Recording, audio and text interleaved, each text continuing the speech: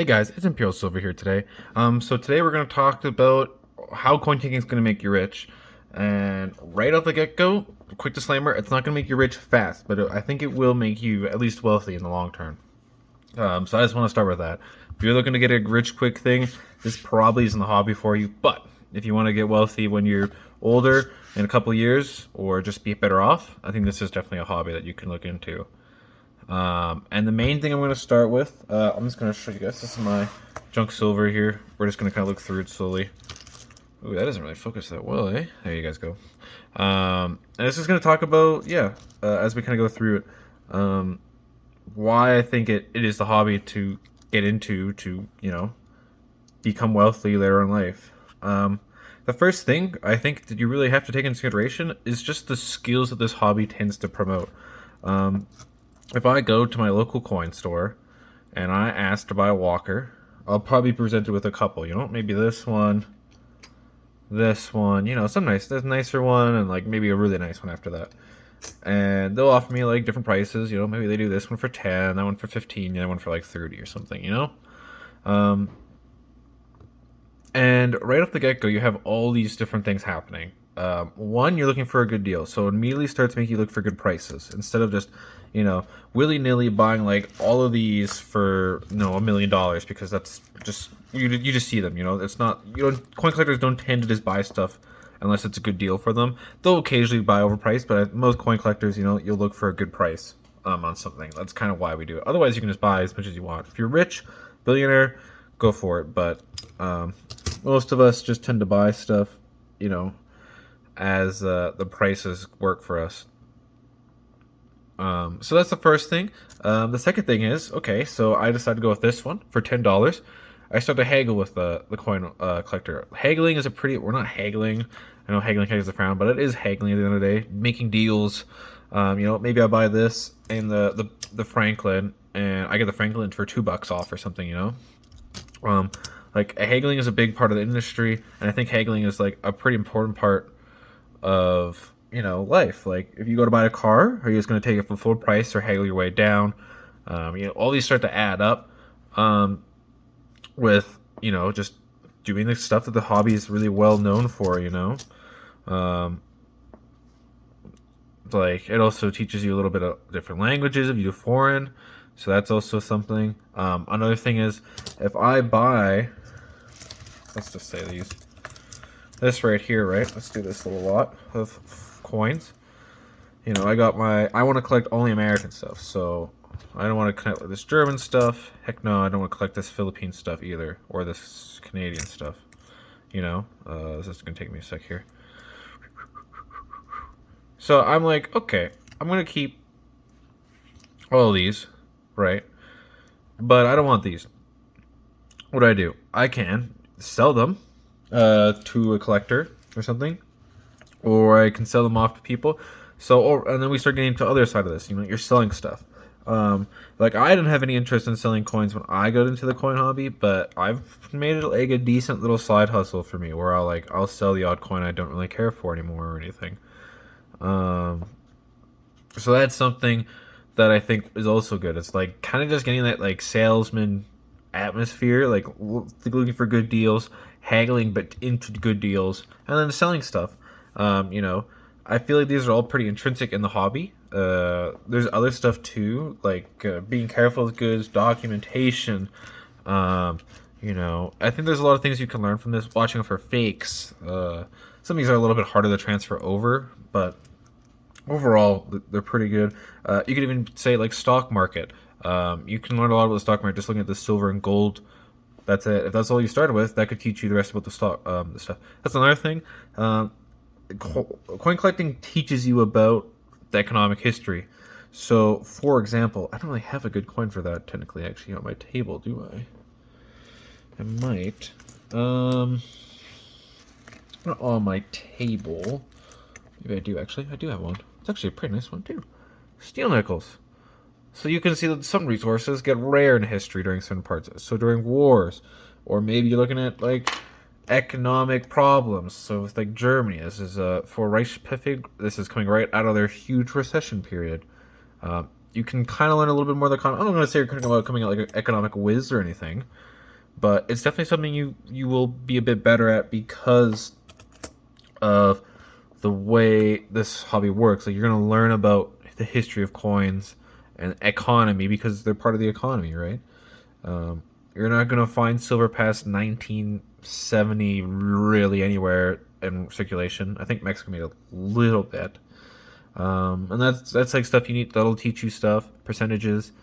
You can look up like ancient history of like Roman inflation. It teaches you stuff like that. So that also helps you like predict the market better, though the market's pretty hard to guess off of. Other things that I would say is that you're inherently going to be, like saving. Like this is like just my junk, right? This is a good amount of money here. I'm not gonna lie. I have a fair bit. It's not tons.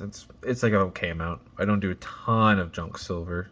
There's a lot of stuff like these Claris junk. Like some of it's actually pretty nice. I just don't have the urge to keep it in my. I don't have any on my desk, but in little slabs, right? I don't have anything that I want to keep in it. So that's kind of that, right? But at the end of the day, like if the silver price skyrockets, I might just sell all of this because that's like something I can do. I might go and like be like with my Filipino coin here, my Philippine peso. If I had hard times, I need to fix something with my car, house, natural disaster. Maybe I use this to furnish that. In a way, I don't like to say it's a huge savings account, but I do think as long as you're willing to part with it at points, this is actually a lot better than like a lot of other hobbies. It's fairly easy to flip stuff as long as you have a decent price. Don't ask crazy stuff. You can flip it fairly easy, and so you're kind of saving money. Like if I buy a dime, oh gosh, a mercury dime. Where's one? I have a whole bunch in here now. I can't find them. There we go. If I buy one merc dime a day, all year, I'll get 365 merc dimes. Let's say even just every week. I'm poor, I'm not well off. I buy one every week, 52 weeks. I've technically kind of built up around like $100 just by buying a merc dime every week. Will I sell them? Maybe not. Maybe I won't do it till I'm desperate. But it's still there. Before you hit the streets, you will have your merc dimes going out, right? You'll have like an extra couple meals just off of that. And most people do a lot more than that. Like even just doing like, let's say you did like one of these a week, like that's like you're starting to save considerable amounts. Let's say this is $10. This is a little over. It's more like 15. We'll say it's 10 though for easy math. At the end of the year, you'll have like about $500 saved if you do one of these a week, and that's pretty low for a lot of us. So you really start to collect like this wealth, and with that wealth, you're kind of able to move it around, right? You're like, let's say this was all of my wealth, right? All my coins. I gotta buy a house. Well, I'll take all of these and I'll just use these to buy my house. I'll sell these off. I'll get the down deposit on that at least. Like that's something you can realistically do with this hobby. You can kind of collect it up. And yeah, other things about this hobby is it kind of keeps you from other hobbies that cost more or don't give any returns. This is a cool ruble I got recently at a coin show. It's not the best condition. It's a Russian ruble. I can't get that to focus as good as I'd like. Show you all the crests there. But it does keep you away. Like if you weren't gambling your money, you weren't just drinking profusely with it. I'm not saying you can't get into those still, but it definitely is something to be said.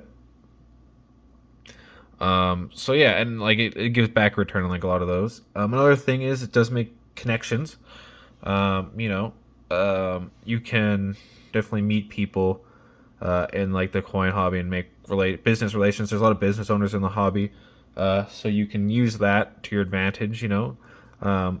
Make these relations, and yeah. One sec, the cat's doing something. So yeah, that's another thing. Sorry about that. Stop. There it is. You can just make connections. If you're a business owner and you meet another guy that's, let's say you sell shoes. A business owner that sells pants. I don't know. It's still something, right? It makes connections. And usually people in the coin hobby tend to be a little bit wealthier. So if you're business owners, you meet business owners, it can be pretty good for that. Other things you can do is you can kind of make a living off of it. There's kind of two ways I would say you could really do it. One, you can just kind of look. Well, I don't know about living, but you can make money off of this at least. This first method, and that's just like looking through your coins every day today. You buy a whole bunch of Kennedy half dollars. There's a decent chance you'll find a silver one. And yeah, this isn't worth a lot. It's only worth $5. That's 10 times your value. What other hobby is out there can 10 times your value with just time? Not many. You need a little initial investment, I guess, to get like the coins bought, but you're just buying them from the bank, right? So even this one, this is a penny. You just have to buy a penny roll. This is 1909. Yeah, and that's nothing crazy, but if it's a VDB, which it is, oh, that's not going to pick up, is it? I don't know if I can get that for you guys. Yep, there we go. See that VDB? That makes this like a $20 coin, roughly, in this condition. It's not a bad coin. It's actually an okay condition, this one, I'd say. So this penny is worth like way more. Like $1 is 100%? Like 1,000% more. Or something. Like it's a lot. Like that's a huge return on investment for that little thing. And you just gotta spend time. Just go look through it. And the other way is you could just become, a coin seller. Maybe you build up a collection so large you just start selling pieces off to make an income. And then you buy with whatever you get. I'm not saying that's doable for everybody. That's definitely like very high end and not easy to jump into immediately. But I do think it's valid, and I think you could do that I think it's valid. Maybe you just start with going to like the odd show. There's a coin from your town once a year. You build up, let's say 100 coins. You buy your table and you sell those coins off, and you make a profit, or you just sell them online. There's multiple. You can just become an eBay seller. There's so many ways you can make enough money to realistically live off of. It's not easy. I'm not saying that's for everybody, but it is something you could do, and that's why I kind of think coin collecting will kind of make you rich. It just teaches you good practices, puts you in a good position to kind of like see yourself. I'm not saying it's gonna like everybody who does coin collecting is going to be rich. I wouldn't say that, but what I would say is there's a lot higher tendency for coin collectors to come out wealthy, especially later on in life.